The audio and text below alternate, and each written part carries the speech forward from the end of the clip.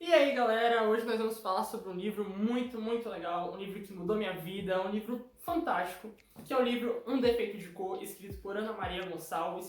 E nós vamos falar hoje 10 tópicos, 10 pontos que eu gostei muito do livro e que eu acho que vocês também vão gostar. O primeiro tópico que eu gostei muito nesse livro foi a riqueza de detalhes que tem na narrativa, sabe? Ela consegue descrever muito bem o cenário, os pensamentos, o sentimento. Esse livro aqui, ele tem narrador personagem. Então quem narra é a própria protagonista, que se chama Kerrinde, e tudo que ela vê, tudo que ela sentiu no momento em que ela viu aquela cena é muito bem descrito. E é muito difícil, na verdade, você conseguir escrever de uma forma tão cativante que consiga gerar uma empatia tão forte, sabe? Nos momentos que são de agonia, você consegue perceber a agonia. Nos momentos que são de alegria, você consegue perceber muita alegria, euforia. Quando ela fala, não tô com mau pressentimento, velho, porque ele é escrito com muitos detalhes. Então você consegue ter tudo muito bem escrito ali, não só do cenário, mas do próprio consciente, ali, subconsciente da personagem. Segundo ponto que eu achei maravilhoso é você ver os estados do Brasil, né, que na época eram províncias do Brasil, só que de uma época completamente distinta. A gente está falando daí do início, meados do século XIX, então há uma diferença muito grande assim, do cenário mesmo de Salvador, por exemplo, que aparece muito na história, Salvador, Itaparica, São Paulo, Santos. Você pega todos esses lugares no início do século XIX, compara agora com o século XXI, a gente está acostumado a esses lugares tão bem mais urbanizados, muito mais muito diferentes do que são narrados na história. Você vê uma Salvador, por exemplo, eu fiquei muito apaixonado por Salvador, porque eu sou de Salvador, então é muito diferente você ver como é que os bairros eram, uma coisa bem mais rural, mostra uma Salvador muito mais calma, muito mais quieta, já que não era mais a capital, né, já que a família real ficava no Rio de Janeiro. Então Salvador não tinha esse foco, essa urbanização toda que a gente vê hoje. Isso é muito legal de ver, porque ela passa por vários locais diferentes e você vê como era nessa época, qual era a impressão que as cidades passavam nessa época. Terceira coisa que eu gostei muito no livro foi você ter contato com diversas culturas africanas. Eu falei culturas africanas, não com a cultura africana, porque a gente tem a mania ainda de pensar que a África é um lugar uniforme, que é tudo igual, que é tudo, sabe, tudo seco, tudo miserável, enfim. E como se todo mundo fosse a mesma coisa, sabe? Há quem pense até que a África é um país, gente. Então, aqui no livro, nesse livro você tem contato com tribos diferentes. A própria protagonista se encontra com pessoas de regiões diferentes da África, que falam idiomas diferentes, que cultuam as divindades que eles acreditam de uma forma diferente, que se alimentam diferente, que se vestem diferente. Tem alguns momentos do livro que ela reconhece pessoas de algumas tribos por marcas do rosto ou pelo penteado. Então você tem contato com essas culturas distintas que existem em África e ajuda a quebrar muito com esse paradigma que a gente tem de pensar que a África é um lugar uniforme, que é tudo igual, e não é assim. Porque a gente está muito habituado com a cultura estadunidense, ali, europeia também, e a gente esquece que as culturas que existem no continente africano também são muito bonitas, muito ricas e muito vastas. E esse livro, mesmo estando ambientado 2 séculos atrás, ainda assim ele consegue transmitir isso muito bem. Outra coisa muito bacana é a imersão do livro. Sabe quando você tá tão entretido, sei lá, com a série, com o filme ou com um livro, que você se sente mesmo naquele lugar, velho, que você não quer mais, você não quer parar, você não tá preocupado com o tempo. Isso é muito presente, acontece o tempo todo em Um Defeito de Cor, porque justamente por conta de uma descrição muito bem feita, de um detalhamento, a escolha certa das palavras e principalmente a verossimilhança com o que a gente tem dos relatos históricos sobre esse período, fazem com que você esteja muito imerso na história, muito mesmo, assim, você se sente transportado assim para ali a Salvador, enfim, onde quer que ela esteja, do século XIX. E isso é muito fantástico, torna o livro muito mais emocionante. Quinto ponto que eu achei muito bacana é você ter contato com diversos momentos históricos que a gente estuda no colégio e também com personalidades históricas que a gente com certeza ouve em algum momento dos nossos estudos. Por exemplo, o Dom Pedro I, Dom Pedro II, ou o Padre Bartolomeu Gusmão, que também é inventor, que a história que colocaram aqui no livro tá muito legal. Assim, ele falando sobre a invenção voadora dele e tal, é muito legal. E aparece também o Joaquim Manuel de Macedo, que escreveu A Moreninha, que escreveu também As Vítimas Algozes. Então, a gente tem contato com essas personalidades e momentos históricos também. a gente vê ali a Noite das Garrafadas, a gente vê a Revolta dos Malês, que também tem uma descrição muito, muito bem feita aqui no livro, porque uma das pessoas que está envolvida na revolta é muito próximo da protagonista. Então você vê ali uma face da revolta que a gente não está acostumado. Quando a gente estuda a Revolta dos Malês, a gente vê que foi uma revolta muito importante, relevante, por ter sido feita pelos negros islamizados na nossa terra, né, aqui em Salvador, no caso na minha terra, pelo menos em Salvador.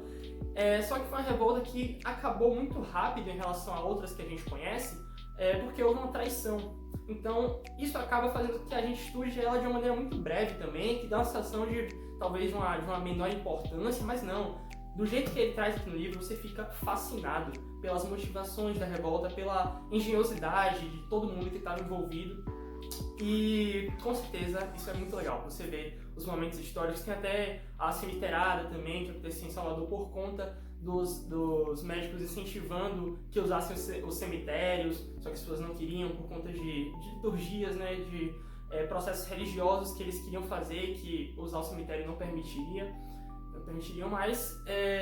Enfim, todos esses momentos históricos diferentes se passam aqui no livro, e é muito interessante porque eles ganham um brilho diferente de acordo com a importância que a personagem dá, já que é ela que está narrando para você. Então, se aquilo é mais relevante para o contexto dela, você acaba também enxergando aquilo de uma maneira mais relevante, como algo mais importante. Se é algo que não tem muito a ver com ela, você também acaba, sei lá, ignorando, sabe? Então isso é muito interessante também. Volta novamente ao tópico da imersão, do detalhamento. Enfim, é muito legal ver os contextos históricos e personalidades históricas também. Sexto ponto interessantíssimo que faz aumentar ainda mais o interesse nesse livro é o fato dele ter sido escrito por uma mulher negra. A gente sabe que há uma pressão muito forte para a invisibilização dos negros, dos profissionais negros, dos escritores negros, e se for mulher é pior ainda. Então, a gente tem aqui um livro fantástico, escrito com uma riqueza muito absurda, assim, astronômica, escrito por uma mulher negra. Então, valorizem os escritores negros, valorizem as escritoras negras, leiam esse livro. Outra coisa super interessante nesse livro, nessa história, é que foi tudo baseado na vida de Luísa Marim, que pode ter sido a mãe do escritor Luiz Gama. Tá? E por que ela pode ter sido? Porque a gente só tem relatos sobre Luísa Marim escritos pelo próprio Luiz Gama, então não se sabe se realmente foi a mãe dele ou se é um alter ego criado por ele. Mas, sem dúvida, Luísa Marim ela foi muito relevante, no mínimo, como símbolo da história negra, e, inclusive, ela foi homenageada em 2018 pela Escola de Samba Alegria da Zona Sul e em 2019 pela Estação 1ª de Mangueira. Também, ano passado, no dia 24 de abril, ela foi inscrita no livro de Heróis e Heroínas da Pátria, no Panteão da Pátria e Liberdade de Tancredo Neves, lá em Brasília. Então, perceba que a gente tem aqui um livro baseado numa história riquíssima e muito importante para o povo negro. A oitava coisa que eu quero destacar é o fato desse livro trazer uma história de sucesso, e um sucesso que era pouco provável de acontecer. Porque a gente está falando de uma mulher negra que foi sequestrada da África, trazida para o Brasil, feita escrava, e mesmo assim ela consegue superar muitas adversidades, ela consegue ter sucesso na história do livro, mesmo que a duras perdas.